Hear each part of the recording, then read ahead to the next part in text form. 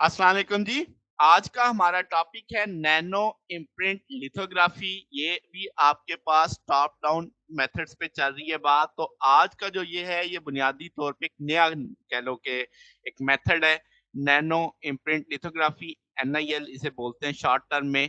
तो ये बुनियादी तौर पे कैसा प्रोसेस है? इसमें हम high precision, cost effective technique, high throughput, single exposure method जो आपके नैनो स्केल को रेप्लिकेट करेगा 10 नैनोमीटर तक। तो जैसे मैंने कहा ये नॉन कन्वेंशनल टेक्नीक है। तो इससे पहले जो दोनों पढ़ी हमने ऑप्टिकल और इलेक्ट्रॉन बीम लिथोग्राफी वो कन्वेंशनल में शुमार होता है। तो ये नॉन कन्वेंशनल में शुमार होगा।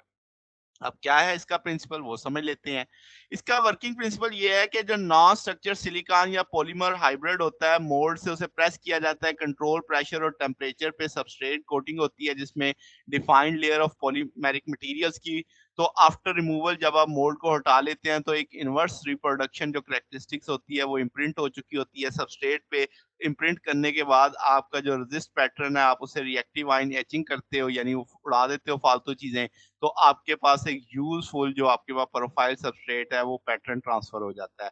तो बहुत सादा लफ्ज़ों में ये सारी टेक्नीक, मगर आप नीचे जो तस्वीर आएगी इससे आपको बहुत वाज़ेह हो जाएगा।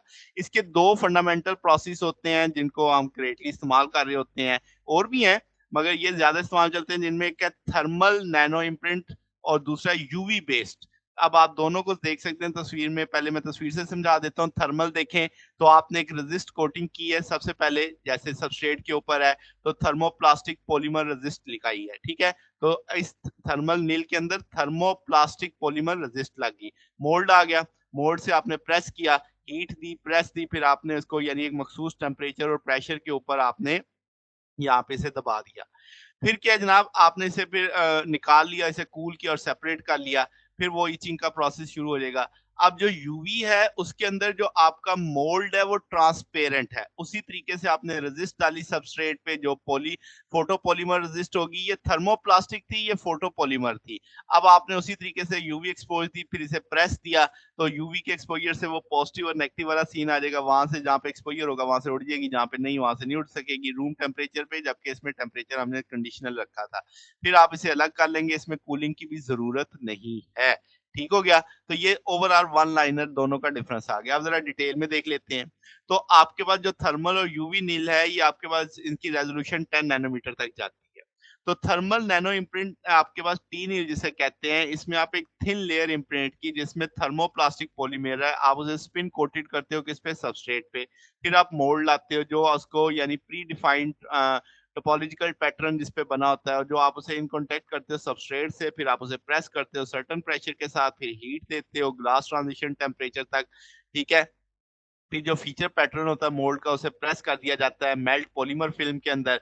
जब वो ठंडा हो जाता है तो मोल्ड को सेपरेट कर लिया जाता है, और अब आपके पास जो पैटर्न है रेजिस्ट पे वो यानी रह जाता है वहाँ पे। तो सब्सिक्वेंट पैटर्न जो ट्रांसफर होता है यानी रिएक्टिव आयन इचिंग, वो आप उससे क्या कर सकते हो, इस पैटर्न को जो रेजिस्ट है उसके अंडरनीथ सबस्ट्रेट तक कर सकते हो। वो क्या होता है कि जो आपके पास जहाँ-जहाँ एक्सपोज़ है उसे उड़ा के नीचे सबस्ट्रेट को भी उतने हिस्से में उड़ा देता है। तो वो एक वैसा ही पैटर्न हो जाता है, बाद में रेजिस्ट को खत्म कर दिया जाता है।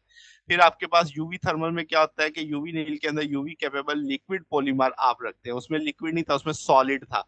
जो आपके पास थर्मल था ना उसमें सॉलिड था।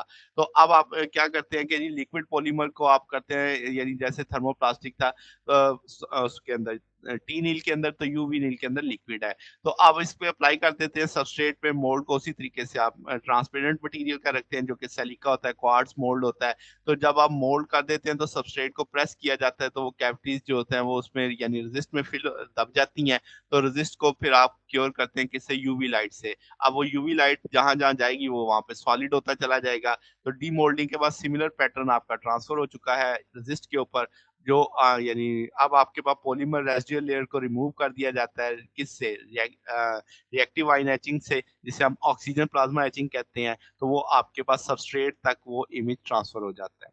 अगर हमसे डिफरेंस पूछा जाए यूवी नील और टी नील का, तो आपके पास क्या है? तो दोनों के अपने-अपने फ़ायदे हैं। बेसिक डिफरेंस क्या है कि यूवी नील के अंदर आप लिक्विड यूज़ करते हैं रूम टेम्परेचर पे, लो प्रेशर पे, कोई फ़ोर्स आपको ख़ास रिक्वायर्ड नहीं होती। जबकि आपके पास जो क्रॉस लिंक्ड होता है 100 ऑफ एक्सपोजर और यूवी यानी रूम टेम्परेचर पे काम चल रहा होता है। टी नील में आपके पास थर्मोप्लास्टिक पॉलीमर होता है जिसे आप स्पिन कोटेड करते हो, फिर आपको हाई प्रेशर चाहिए होता है उसको प्रेस करने के लिए, फिर आपको हीट चाहिए होती है हाई टेम्परेचर उसके लिए, तो ये एक डिफरेंस है। फिर आपके पास टी नील लो कॉस्ट है, जबकि नॉन ट्रांसपेरेंट मोल्ड है, यानी लेस रिस्ट्रिक्शन आपके मोल्ड को इतनी आपको होनी चाहिए, जबकि आपके पास टेक्नोलॉजी में आपके लार्ज यानी वेफर के लिए 300 मिलीमीटर डायामीटर जो कंपेयर होता है टी नील के साथ, तो ये एक डिफरेंस आ जाता है। फिर अगर हम कहें कि नील की एप्लीकेशंस क्या हैं, तो नील आपके पास फैब्रिकेट किया जाता है मुख्तलिफ डिवाइसेस जिसमें electrical, optical, photonic, biological application के अंदर। इलेक्ट्रॉनिक में देखें तो आप इसे मॉसफेट इस्तेमाल करने में ओटी, पीएफटी और सिंगल इलेक्ट्रॉन मेमोरी के लिए आपके पास ये यानी हाई वॉल्यूम फैब्रिकेशन जो आपकी मीडिया डिस्क होती है पैटर्न मीडिया उसमें इस्तेमाल होता है। फिर ऑप्टिक्स और फोटोनिक्स के अंदर देखें तो जो इंटेंसिव स्टडी कंडक्ट की जाती है fabrication of grating filter, surface enhanced Raman spectroscopy sensor, polariser, anti reflective structure, integrated photonic circuits और प्लाज्मा अनेक डिवाइसेस है वो नील से की जाती है।